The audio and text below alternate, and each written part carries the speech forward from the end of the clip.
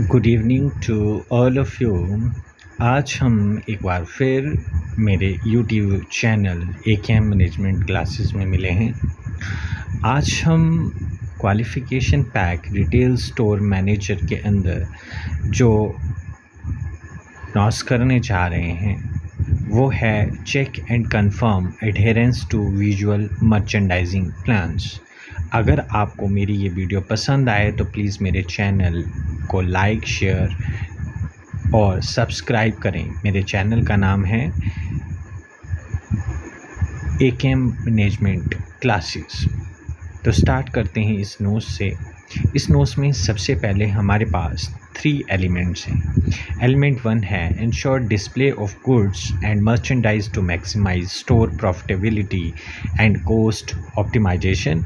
Element 2 है ensure application of store policies and procedure with respect to visual merchandising, and element 3 है liaison with vendor to ensure compliance with visual merchandising norms। इस तरह से total कुल 3 elements हैं। सबसे पहले हम एलिमेंट 1 करेंगे, ensure display of goods and merchandise to maximise store profitability and cost optimisation. उसके बाद हम 1 बाय 1 सेकंड और थर्ड एलिमेंट लेंगे। तो स्टार्ट करते हैं हमारे पहले element, that is ensure display of goods and merchandise to maximize store profitability and cost optimization। तो सबसे पहले इसमें देखेंगे हम इस एलिमेंट में कौन कौन से परफॉर्मेंस क्राइटेरिया आते हैं। सो पहला परफॉर्मेंस क्राइटेरिया है establish कॉन्फर्मेंस to retail process like stock rotation, adjacency principles and product display norms। दूसरा criteria है train staff on the concept of planogramming and its effective implementation, and PC third है confirm that display of product is aligned to update store planogram, और PC fourth है support company officials for carrying out necessary audits and checks. तो start करते हैं पहले performance criteria, that is establish conformance to retail process like stock rotation, adjacency principles and product display norms. So सबसे पहले मैं बता दूं कि क्वालिटी कॉन्फॉर्मेंस क्या होती है। बेसिकली ये ability of a process, product और service to meet its design specification. Quality conformance basically हम तभी इंश्योर कर सकते हैं जब हम जो भी प्रोडक्ट या प्रोसेस या सर्विसेज कस्टमर को दे रहे हैं तो उससे पहले हमारा जो डिज़ाइन है, जो डिस्प्ले के लिए डिज़ाइन तैयार किया गया है या प्रोडक्ट को डिस्प्ले करना है, किस तरह से अरेंज करना है ताकि हम बेस्ट सर्विसेज कस्टमर को दे पाएँ, उसके लिए हमें सारे वो नॉर्म्स जो रिलेटेड हैं विजुअल मर्चेंडाइजिंग से उनको कंफर्म करना है, तभी हम क्वालिटी सर्विसेज प्रोसेस में दे सकते हैं। अब बेसिकली डिज़ाइन स्पेसिफिकेशन क्या चीज़ है। सो बेसिकली ये क्या है, इंटरप्रिटेशन है ना, कि हम एक इंटरप्रेट कर लेते हैं कि एक्चुअल में कस्टमर की क्या नीड्स हैं और उसी के बेस पे हम जो हैं अपने विजुअल मर्चेंडाइजिंग डिस्प्ले को डिज़ाइन करते हैं।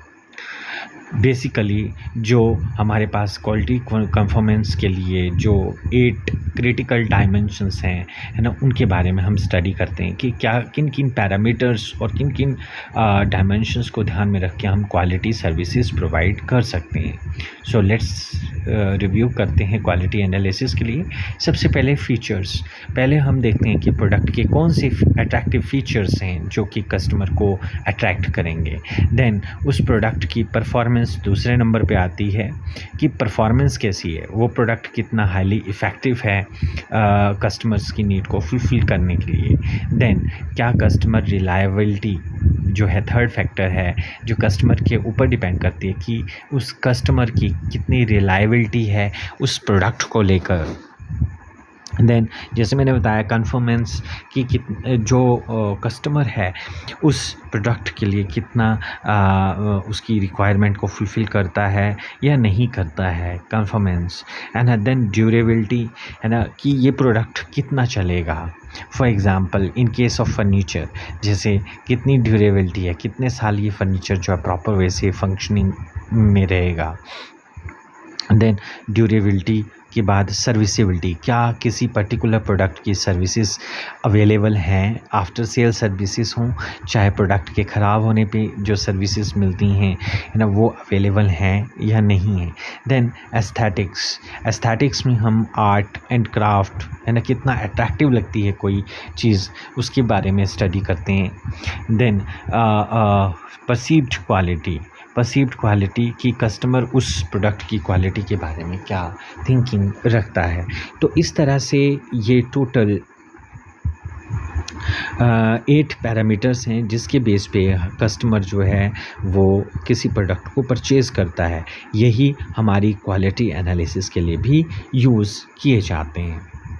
नाउ हमारे पास आते हैं कि हमारे पास रिटेल में ऐसी कौन सी मेन प्रोसेसेस हैं जिनके ऊपर हम क्वालिटी कॉन्फर्मेंस की बात करते हैं। तो सबसे पहले हमारे पास जो प्रोसेसेस हैं, सबसे पहला है स्टॉक रोटेशन। अब हम स्टॉक रोटेशन जो है एक मेथड है जिसमें हम क्या करते हैं, ये हम जो है स्टॉक को रोटेट करते हैं। रोटेट कैसे करते हैं ताकि हमारा कैसे करते हैं उसके भी मेथड्स हैं है ना, बट है ना ये इसलिए किया जाता है ताकि हमारे स्टॉक से जो है जो लॉस होने वाला है ड्यू टू एक्सपायरी या जो उसका यूज़ है वो नहीं रहेगा है ना। सो उसी के बेस पे हम स्टॉक रोटेशन की बात करते हैं। तो बेसिकली जैसे सीजनल प्रोडक्ट हैं, तो जैसे गर्मियों के समर के जो प्रोडक्ट्स हैं उनका विंटर में यूज़ नहीं रहता। इसी तरह से कुछ ऐसे प्रोडक्ट्स हैं ना जो एक्सपायरी डेट पे, जैसे हमारे फूड आइटम्स हैं उसकी एक्सपायरी डेट्स होती हैं, तो हमें स्टॉक रोटेशन करते रहना पड़ता है ताकि हम अपने लॉस को मिनिमाइज़ कर सकें। नाउ बात करते हैं हम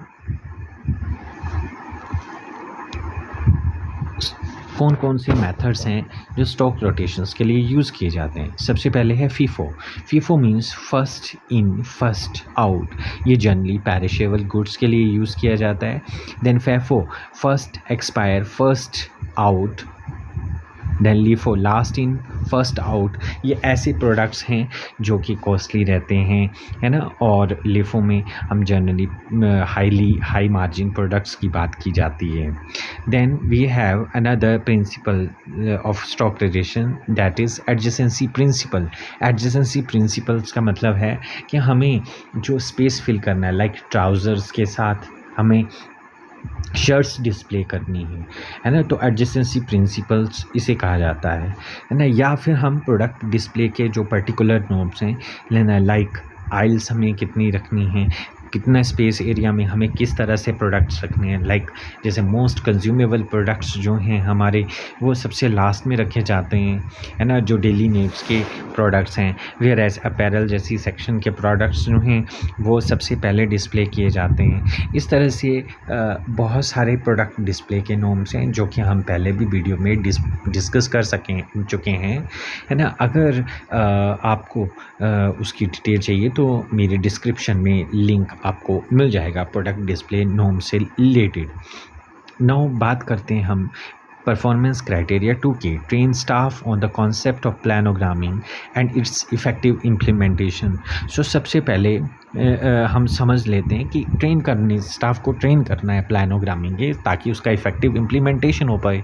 अब सबसे पहले हम समझ लेते हैं एक बार फिर से कि प्लानोग्रामिंग होती क्या है। सो बेसिकली प्लानोग्राम क्या है, एक डायग्राम है ना। आज की डेट में डिजिटल फॉर्मेट्स में भी अवेलेबल है, इसकी आप हार्ड कॉपीज़ भी रख सकते हैं, जो कि स्पेसिफाई करता है कि एक रिटेल स्टोर में एक पर्टिकुलर रिटेल के प्रोडक्ट्स को शेल्फ में किस पोजीशन पे प्लेस किया जाना है, सो दैट कि हमारी सेल्स जो है वो मैक्सिमाइज हो सके है ना। सो बेसिकली ये विजुअल मर्चेंडाइजिंग के लिए का एक यूज़फुल टूल है, और प्लानोग्राम अगर एफिशिएंटली इम्प्लीमेंट किया जाएगा तो कहीं ना कहीं सेल्स वॉल्यूम को और ज़्यादा बढ़ाया जा सकता है। नाउ बात करते हैं इस प्लानोग्राम का पर्पस क्या होता है। जो सबसे पहले ये मैक्सिमाइज सेल करता है, then ensure product visibility, product को इजीली विजिबिलिटी इंक्रीज करेगा, है ना, क्योंकि हम प्रॉपर वे से जब प्रोडक्ट को डिस्प्ले करेंगे तो ऑब्वियस सी बात है कि ये प्रोडक्ट की विजिबिलिटी दिखाएगा कि हमारे पास कौन कौन से प्रोडक्ट अवेलेबल हैं। देन स्टैंडर्डाइज स्टोर लेआउट, इससे क्या है, जो हमारा स्टोर का लेआउट है, जो भी फ्लोर प्लान है, वो क्या हो जाएगा, एक स्टैंडर्डाइज वे में हो जाएगा कि हमें कौन सा प्रोडक्ट पहले डिस्प्ले करना और किस तरह से डिस्प्ले करना है। Then reduce stock outs and overstocking, इसकी वजह से हम जो स्टॉक आउट की प्रॉब्लम्स हैं, है ना, क्योंकि हमें पहले से ही जब पता होगा कि हमारा एक दिन में कितना प्रोडक्ट डिस्प्ले होना और कितना सेल आउट होता है, तो इससे क्या है, ओवर स्टॉकिंग और स्टॉक आउट की प्रॉब्लम्स भी कम होती है। नाउ अगर आपको विजुअल मर्चेंडाइजिंग की और भी ज़्यादा डिटेल्स चाहिए प्लानोग्राम से रिलेटेड, तो नीचे डिस्क्रिप्शन में लिंक दिया है, तो वो आप वहाँ पर जाकर देख सकते हैं। नाउ इम्पॉर्टेंस क्या है इस प्लानोग्राम की, इससे क्या है, कस्टमर शॉपिंग एक्सपीरियंस इम्प्रूव होगा, कस्टमर को देखने में भी अच्छा लगेगा और प्रोडक्ट इजीली अवेलेबल भी हो जाएगा उसे, एंड उसे ज़्यादा मशक्क़त नहीं करनी पड़ेगी ढूंढने की। देन दूसरा है इंक्रीज सेल्स पर स्क्वायर फीट। अब इसकी वजह से अगर इफ़ेक्टिव प्लानोग्राम की इम्प्लीमेंटेशन हुई है तो कहीं ना कहीं हमारी सेल्स पर स्क्वायर फीट, जो कि एक मैट्रिक्स है और एक पैरामीटर है, KPI भी है, की परफॉर्मेंस इंडिकेटर जिसको हम बोल देते हैं, सो वो भी है, जिससे हम क्या है, हमारी जो सेल्स है पर स्क्वायर फीट जो है वो इंक्रीज़ हो जाएगी अगर इफ़ेक्टिव प्लानोग्राम का इम्प्लीमेंटेशन हुआ है। देन ब्रांड इमेज और कंसिस्टेंसी अक्रॉस ऑल स्टोर, एक स्टोर में एक प्रॉपर वे से डिस्प्ले होगा तो प्रॉपर वे से ईजिली एक्सेसिबल होंगी चीज़ें कस्टमर को, और इससे एक ब्रांड इमेज भी क्रिएट होगी। हेल्प इन इन्वेंट्री कंट्रोल, सो जैसा हमने पहले भी डिस्कस किया कि इस स्टॉक आउट और ओवर स्टॉकिंग की प्रॉब्लम को ये रिजॉल्व करेगा, तो ऑब्वियस है इन्वेंट्री कंट्रोल में ये हेल्प करता है। Now step two implement planogram effectively, आप एक प्लानोग्राम को इफ़ेक्टिवली कैसे इम्प्लीमेंट कर सकते हैं। तो सबसे पहले हमें क्या समझना होगा कि हमारा स्टोर लेआउट क्या है। सो स्टोर लेआउट्स भी डिफरेंट काइंड्स के होते हैं, जनरली हम मिक्स टाइप का, ग्रिड टाइप का यूज़ करते हैं स्टोर लेआउट। ये बेसिकली बेस्ड है कि हमारा स्टोर किस मटेरियल के साथ जो है डील करता है, किस प्रोडक्ट के साथ डील करता है। तो सबसे पहले हमें स्टोर के लेआउट को अंडरस्टैंड करना पड़ेगा। देन हमारा जो करंट और पास्ट डाटा है सेल का, उसको स्टडी करना है ना, और उसके अकॉर्डिंग हमें प्लानोग्राम को डिज़ाइन करना होता है ना। अब जो प्लानोग्राम है उसको एग्जीक्यूट करना है, शॉप फ्लोर पे लेकर आना है, बिकॉज प्लानोग्राम में जैसे मैंने बताया कि प्रोडक्ट्स जो हैं वो प्रॉपर वे से जो है डिस्प्ले रहते हैं, है ना। देन डिस्प्ले का पैटर्न बताया रहता है, तो हम जो है प्रॉपर वे से उसी पैटर्न पे हम जो है वो डिस्प्ले करेंगे।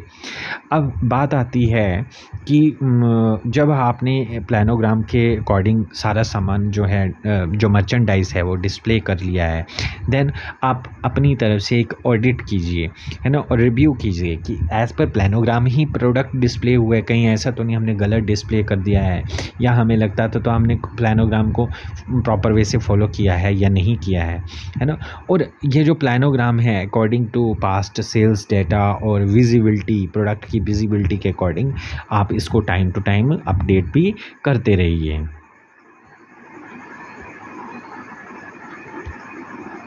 नाउ इसमें क्या स्टाफ का क्या रोल है। सो स्टाफ का रोल है कि उसको डायग्राम को एग्जैक्टली फॉलो करना है। Keep shelves fully stacked and clean, जो भी शेल्फ हैं उनको प्रॉपर वे से फिल करना है, क्लीन रखना है ना। कहीं पर स्टॉक का गैप या खाली हो जाती है शेल्फ, तो उसको मॉनिटर करना है, उसको इमीडिएटली फिल करना है ना। कस्टमर का कोई फीडबैक आता है तो उसको पर्टिकुलरली रिपोर्ट करना है कि कस्टमर क्या एग्जैक्टली रिव्यू दे रहा है पर्टिकुलर विजिबिलिटी को लेकर, किसी पर्टिकुलर प्रोडक्ट्स को लेकर। Coordinate with merchandising inventory teams, और इसके लिए आपको इमीडिएटली कोऑर्डिनेट भी करना है मर्चेंडाइजिंग और इन्वेंट्री टीम से, सो दैट कि आप अपने प्लानोग्राम को और इफ़ेक्टिवली इम्प्लीमेंट कर पाएँ। नाउ क्या करना है और क्या नहीं करना है। So do follow the planogram exactly. जो प्लानोग्राम में डिस्प्ले मॉड्यूल बना हुआ है उसको एग्जैक्टली फॉलो करना है। शेल्फ टैग और लेवल्स को चेक करना है कि प्रॉपरली अकॉर्डिंग टू प्रोडक्ट्स लगे हैं। और स्टॉक को रोटेशन, जैसे मैंने बताया कुछ पेरिशेबल प्रोडक्ट्स होते हैं, कुछ एक्सपायरिंग प्रोडक्ट्स होते हैं, तो उसके हिसाब से स्टॉक को रेगुलरली रोटेट भी करना है। क्या नहीं करना है, so don't swap product without approval. बिना अप्रूवल के अपनी मर्जी से प्रोडक्ट की डिस्प्ले पैटर्न को चेंज नहीं करना है। किसी भी स्पेस को, एम्प्टी स्पेस को नहीं रखना है, उसको फुल करना है। And don't overload shelf beyond capacity. और क्लटर्ड ना दिखे शेल्फ्स, है ना, और ओवरलोड भी नहीं करनी है, क्योंकि क्या होगा, कस्टमर या कोई भी उसमें से प्रोडक्ट निकालेगा तो हो सकता है दूसरा सारा प्रोडक्ट नीचे गिर जाए और वेस्टेज होगी या कस्टमर को प्रॉब्लम क्रिएट होगी उससे। सो ये चीज़ें नहीं करनी है। सो ये थे हमारे do's and don'ts. Now performance criteria third है, confirm that display of product is align to updated store planogram. आपको कंफर्म करना है कि ये जो प्लानोग्राम दिया गया था, जो अपडेटेड स्टोर प्लानोग्राम था, उसके अकॉर्डिंग प्रोडक्ट को अलाइन किया गया है या नहीं किया गया है। सो सबसे पहले कंपेयर विद द प्लानोग्राम। अपना जो भी डिस्प्ले पैटर्न है उसको कंपेयर करेंगे। सो कीप ए प्रिंटेड और डिजिटल कॉपी। प्लानोग्राम की प्रिंटेड और डिजिटल कॉपी रखनी है। देन उसके बाद चेक ई शेल्फ सेक्शन। हर शेल्फ की सेक्शन को चेक करना है कि अकॉर्डिंग टू प्लानोग्राम है या नहीं है। Confirm that the product type, brand, size, facing count match the diagram. जो डायग्राम है उसको मैच कर रहा है प्रोडक्ट, कौन से प्रोडक्ट के लिए डायग्राम में बताया गया है, क्या कौन सी ब्रांड के लिए बोला गया है, क्या साइज़ और क्या फेसिंग काउंट, एवरीथिंग मैच होना चाहिए, है ना, कि कितना प्रोडक्ट बोला है डिस्प्ले करने के लिए, कितनी क्वांटिटी में, कितने साइज़ में, कौन सी ब्रांड का बोला गया है, ये चेक करना है। देन सेकेंड नंबर पे आता है चेक प्रोडक्ट अलाइनमेंट। अब प्रोडक्ट की अलाइनमेंट को चेक करना है। इसके लिए product should be front facing. जैसे आपको पता है कि फ्रंट फेसिंग जो ब्रांड है वो नज़र आना चाहिए। Then follow eye level rule. Eye level rule जैसे आप सभी जानते हैं कि मोस्ट अट्रैक्टिव और आइटम्स जो हैं और जो जिसकी विजुअलिटी नज़र आनी चाहिए वो आई लेवल पे डिस्प्ले किया जाता है, तो उसको आई लेवल रूल बोला जाता है। इंश्योर ब्लॉक प्लेसमेंट, है ना, प्रॉपर वे से ब्लॉक में प्लेस करना है, लाइक ट्राउज़र के साथ शर्ट्स, बेल्ट, देन, है ना, ये प्रॉपर ब्लॉक में, प्रॉपर पैटर्न में डिस्प्ले करनी है। Now third is shelf level and tags. अभी हमें शेल्फ लेवल्स में और टैग्स को चेक करना है, वेरीफाई करना है कि जो प्राइस लेवल्स हैं वो प्रोडक्ट को एग्जैक्टली मैच कर रही हैं या नहीं कर रहे हैं। चेक करना है promotion tags are placed as shown in updated planogram. Planogram में जैसे बताए गए हैं, अब बताया गया है कि कौन सा प्रमोशनल टैग होना चाहिए, अगर उसमें बताया गया है ना, नॉट नेसेसरी। अगर नहीं बताया गया तो आपको ये चीज़ फिर अपने अकॉर्डिंग देखनी है कि कहाँ पे होने चाहिए प्रमोशनल टैग्स, बट अगर बताया गया है तो उसको चेक करना है। देन उसके बाद स्टॉक लेवल्स। अब स्टॉक लेवल्स चेक करने के लिए सबसे पहले कोई भी स्पेस जो है वो खाली नहीं होना चाहिए। अगर खाली दिखता है तो उसको इमीडिएटली भरना है with approval. And check the facing count. ये चेक करना है कि सारे प्रोडक्ट्स के जो फेस हैं वो जो ब्रांड्स टैग्स हैं वो नज़र आ रहे हों, ठीक है। And then compliance audit. और उसके बाद क्या है, जो ऑडिट के लिए बेसिकली चेकलिस्ट बनी है उसके अकॉर्डिंग आपको चेक करना है, टिक करना है कि हम जो हैं एज़ पर कंप्लाइंस जो हैं, जो रूल्स बने हुए हैं उसके फॉलो कर रहे हैं, कंप्लाइंस को फॉलो कर रहे हैं या नहीं, तो उस चेकलिस्ट के अकॉर्डिंग चेक भी करना है। Then use mobile audit app. या आज की डेट में काफ़ी कंपनीज़ में मोबाइल ऑडिट ऐप्स भी अवेलेबल हैं, जिसमें आपको क्या करना होता है, फ़ोटोग्राफ्स को अपलोड करना होता है, फ़ोटोग्राफ खींच के, ताकि हम कंप्लाइंस के अकॉर्डिंग काम कर रहे हैं यानी प्लानोग्राम, है ना, के अकॉर्डिंग आपने डिस्प्ले किया है या नहीं किया है, तो ये चीज़ चेक करेंगे। Now, PC4 है support company officials for carrying out necessary audits and check. So किस तरह से हम company officials को की हेल्प कर सकते हैं carrying out necessary audits और check के लिए. So keep updated planogram, store reports and last audit records. So जब भी कभी कंपनी के officials audit के लिए आते हैं, checks के लिए आते हैं, तो आपने हमेशा updated planogram रखना है, store reports जो हैं वो रेडी रखनी है और लास्ट ऑडिट का क्या रिकॉर्ड था उसको अपडेट रखना है, उनके सामने रखना है. अब नाउ इंश्योर करना है कि प्लानोग्राम हम प्रॉपरली वे से फॉलो कर रहे हैं. सो इस चीज़ के लिए अपना जो स्टाफ मेंबर्स हैं उसको एडवांस में बता देना और में से एक पर्सन को असाइन कर देना है जो कि कंपनी ऑफिशियल्स को असिस्ट करेगा ड्यूरिंग द चेक्स, ऑडिट्स और चेक्स के टाइम पे असिस्ट करेगा. जो भी उनको नेसेसरी इंफॉर्मेशन रिक्वायर्ड रहेगी आपके वहाँ से, वो जब पूछी जाती है तो आपने प्रोवाइड करनी है और उनके फीडबैक को जो है नोट डाउन करना है और इमीडिएटली आफ्टर ऑडिट उस करेक्टिव एक्शन को फॉलो करना है, जैसा कि हमने SOPs में भी किया था कि किस तरह से ऑडिट के लिए SOP हम फॉलो करते हैं. नाउ अब बात करते हैं हम एलिमेंट 2 की. एलिमेंट 2 जो है उसमें है ensure applications of store policies and procedure with respect to visual merchandising. अब स्टोर की क्या पॉलिसीज़ हैं, उसकी किस तरह से प्रोसीजर्स जो हैं विजुअल मर्चेंडाइजिंग को लेकर हैं, उसको कैसे इंश्योर करना है, उसी के बारे में है. तो सबसे पहले जो हमारे पास इसमें परफॉर्मेंस क्राइटेरिया है वो है एलिमेंट 2 का, that is impart training to team on, कि हमें ट्रेनिंग पार्ट करनी है टीम को on for guidelines for store layout, B guidelines for display of merchandise and promotional element brand and category wise, guideline for executing promotional events. So इस performance criteria में different जो parts हैं उसको हम study करते हैं. सबसे पहले ट्रेनिंग स्टोर लेआउट गाइडलाइंस. अब कैसे टीम को इम्पार्ट करनी है, तो सबसे पहले आपने बताना है कि ये एंट्रेंस है और first impression is the last impression. ये तो सभी को पता है. एंट्रेंस क्लटर्ड नहीं होनी चाहिए, साफ़ सुथरी होनी चाहिए, बिकॉज एंट्रेंस जो है first impression is the last impression होता है. तो ये चीज़ को इंश्योर करना है. दूसरा है कस्टमर फ्लो, है ना. आपको जो भी शेल्फ और फिक्सचर्स और डिस्प्ले इक्विपमेंट्स यूज़ करने हैं वो प्रॉपर वे से करने हैं ताकि कस्टमर जो है आसानी से आइल्स के बीच में घूम सके और प्रोडक्ट्स को देख सके. Product placements. So product placements को लेकर बहुत सारी गाइडलाइंस हैं जो कि हम प्रीवियस वीडियोस में भी डिस्कस कर चुके हैं अपनी. सो प्रोडक्ट प्लेसमेंट्स को लेकर कि हमें किस तरह से प्रोडक्ट को डिस्प्ले करना है, चाहे वो अपैरल का है, चाहे वो FMCG प्रोडक्ट्स हैं, चाहे अदर कैटेगरीज़ के प्रोडक्ट्स हैं. देन इम्पल्स जोन, हमें कहीं ना कहीं इम्पल्स जोन क्रिएट करनी है. इम्पल्स जोन में बेसिकली वो प्रोडक्ट रखे जाते हैं जिनको देख के इमीडिएटली कस्टमर का माइंड डाइवर्ट होता है और वो परचेज़ कर लेता है. साइनेज एंड नेविगेशंस का ध्यान रखना है, प्रॉपर साइनेजेस लगे हुए हों. साइनेजेस कितने टाइप के होते हैं, क्या है, ये प्रॉपर आपको लिंक जो है मेरे चैनल पे मिल जाएगा. नेविगेशन साइंस प्रॉपर वेज ताकि कस्टमर को कोई प्रॉब्लम ना हो. देन क्लीनिनेस और सेफ्टी का बेसिकली ध्यान रखना है, कहीं भी सामान ज़्यादा क्लटर्ड ना हो, साफ़ सुथरा हो, साफ़ सफाई हो. देन फ्लेक्सिबिलिटी, हमें फ्लेक्सिबिलिटी को भी मेंटेन करके रखना पड़ता है ताकि फेस्टिवल सीज़न में जो हमारे कस्टमर्स की नीड है, डिमांड है ना, जो उसकी रिक्वायरमेंट हो उसको फुलफ़िल करने के लिए हमें एक्स्ट्रा अगर डिस्प्ले इक्विपमेंट्स लगाने पड़ते हैं या कुछ भी चेंजेस करनी पड़ती है तो वो हम इजीली कर सकें. तो फ्लेक्सिबिलिटी का भी ध्यान रखा जाता है. नाउ द गाइडलाइंस जो आती हैं हमारी, वो गाइडलाइंस जो हैं वो है related to display of merchandise.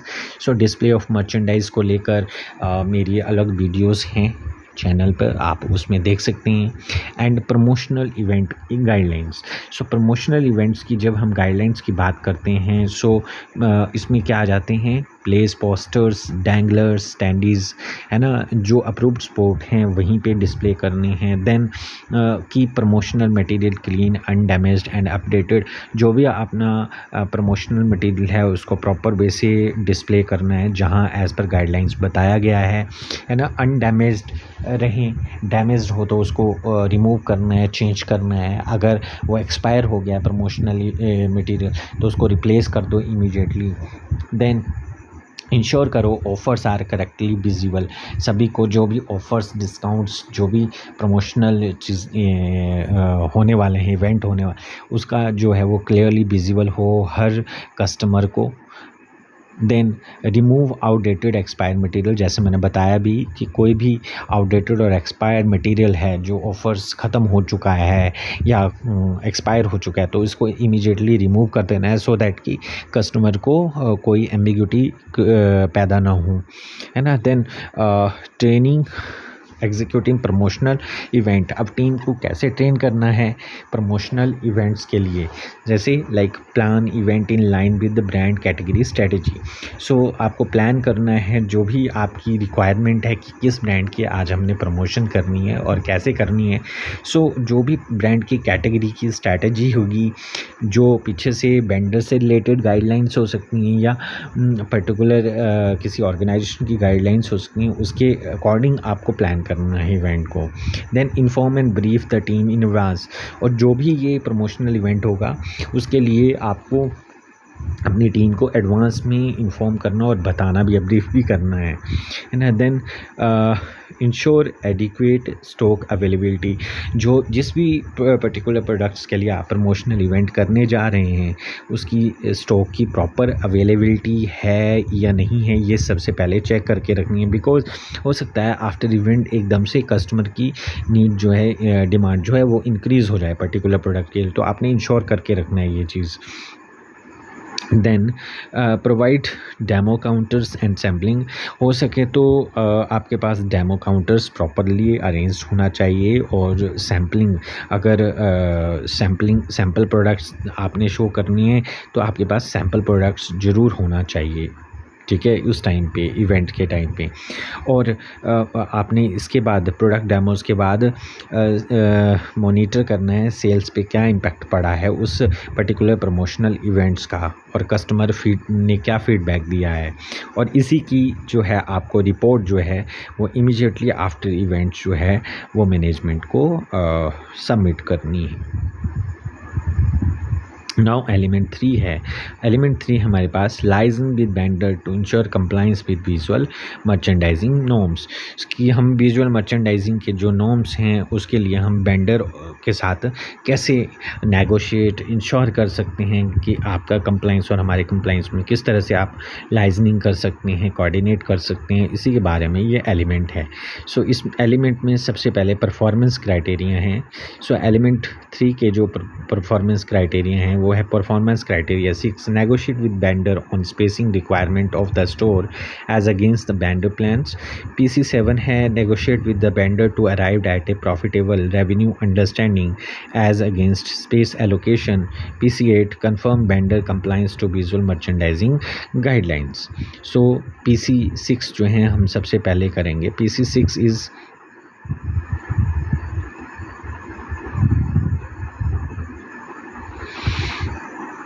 Negotiate with vendor on spacing requirements of the store as against the vendor plan, कि वेंडर का हो सकता है समटाइम वेंडर्स जो हैं हमारे उनका प्लान कुछ और हो सकता है, और जो उनकी स्पेस रिक्वायरमेंट है प्रोडक्ट्स की स्टोर में वो कुछ और हो सकती है, तो उसके लिए नेगोशिएट कैसे करना है।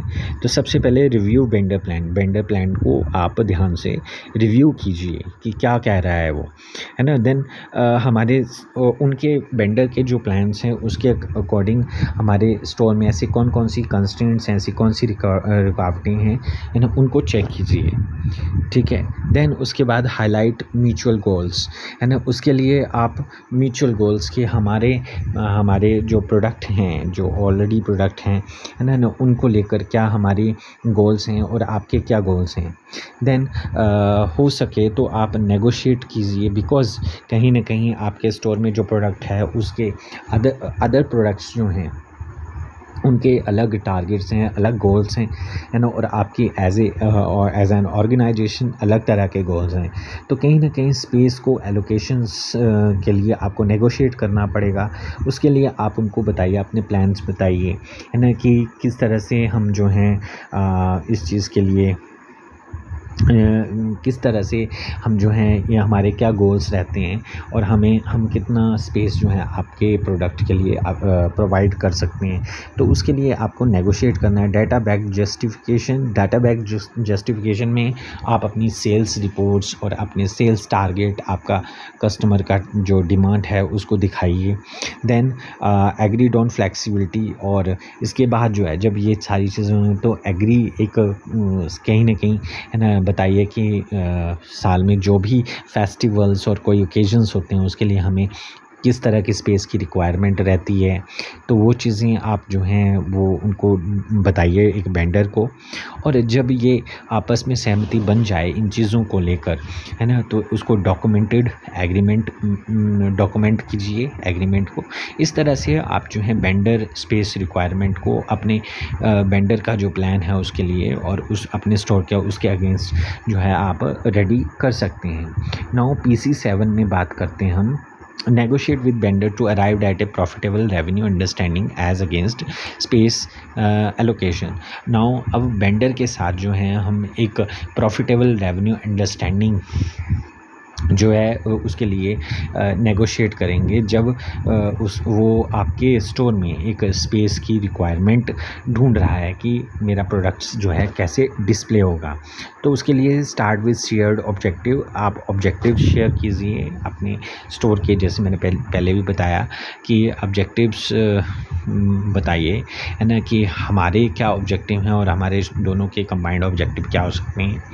आप रेवेन्यू कंट्रीब्यूशन की बात कीजिए कि आफ्टर सेलिंग हम जो हैं कितने % जो हैं आपको जो अपना रेवेन्यू है उसको कंट्रीब्यूट करेंगे, है ना। Performance based space. अब आप बताइए कि जो हमारा परफॉर्मेंस बेस्ड स्पेस है जो हमें अदर प्रोडक्ट्स के लिए चाहिए, हमारी स्पेस की हमारे प्रोडक्ट्स की रिक्वायरमेंट है ना, उसका पर्पस जो है बताइए। उसमें किस तरह से हमारे प्रोडक्ट्स की क्या परफॉर्मेंस चली है उस चीज़ के लिए बताइए। इंट्रोड्यूस रेवेन्यू शेयरिंग और मार्जिन एग्रीमेंट, है ना। अब इसके बाद जो है जो भी एग्रीमेंट करना है उसमें रेवेन्यू शेयरिंग मॉडल आप डिस्कस करिए कि कितने % सेल होने पर कितना % जो है आपका रहेगा और कितना % हमारा रहेगा। Offer alternate visibility.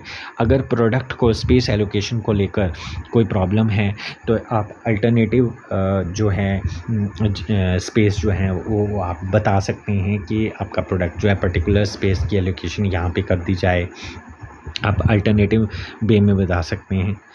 सो आप जो हैं एग्रीमेंट कर सकते हैं ट्रायल रिव्यू के लिए, जो कि 1 to 2 मंथ्स का होगा, कि 1 to 2 मंथ्स में आपके प्रोडक्ट पे की जो सेल्स परफॉर्मेंस है वो कैसी रहेगी अगर आप हमारे साथ इन टर्म्स एंड कंडीशंस पे नेगोशिएट करते हैं स्पेस एलोकेशन को लेकर, है ना। जब आपकी सहमति बन जाती है तो इसको राइटिंग में लेकर आइए, एग्रीमेंट कीजिए। PC8 है confirm vendor compliance to visual merchandising guidelines. So vendor की जो गाइडलाइंस हैं विजुअल मर्चेंडाइजिंग को लेकर उसको कैसे आप कंफर्म करेंगे। So check if product placed as per approved planograms, कि आपको चेक करना है कि जो प्रोडक्ट है वो एज़ पर अप्रूव्ड प्लानोग्राम ही डिस्प्ले हुआ है या नहीं हुआ है। वेरीफाई ब्रांड POSM होता है पॉइंट ऑफ सेल मटेरियल, जो भी है ना, लाइक कोई प्रमोशनल मटेरियल हो सकता है, कोई साइनेज हो सकती है, वो अप्रूव्ड लोकेशंस पे ही डिस्प्ले की गई हैं या नहीं की गई हैं। कोई भी अनऑथराइज साइनेज आप यूज़ नहीं कर सकते हैं ना।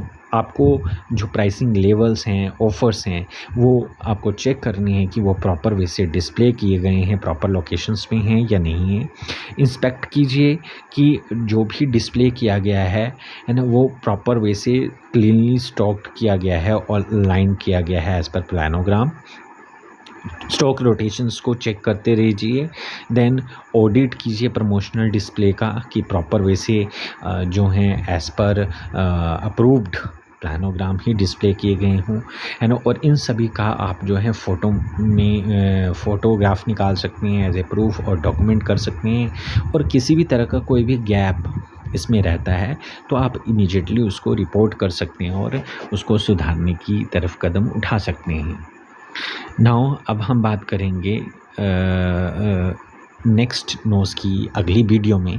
सो आपने इस वीडियो में ये सीखा कि आप किस तरह से विजुअल मर्चेंडाइजिंग के जो पैटर्न है किसी भी स्टोर में, आप उसको कैसे प्रॉपर वे से इम्प्लीमेंट करेंगे, किस तरह से आप ऑडिट करेंगे, किस तरह से वेंडर के प्लान्स के लिए आप एग्रीमेंट करेंगे, किस तरह से आप उससे नेगोशिएट करेंगे, कौन कौन से आपके जो टीम मेंबर्स हैं उसको आप किस तरह से ट्रेन करेंगे उस प्लानोग्राम के लिए, सो दैट का आपका जो आपका डिस्प्ले हो वो प्रॉपर वे से हो और अट्रैक्टिव हो, और आपका जो है उस प्लानोग्राम को फॉलो करते हुए जो है आप जो है एक प्रोडक्टिव स्टोर की तरफ बढ़ें। So thank you. अगर आपको मेरी ये वीडियो पसंद आई होगी तो प्लीज़ मेरे चैनल को लाइक, शेयर, सब्सक्राइब करें। Thank you.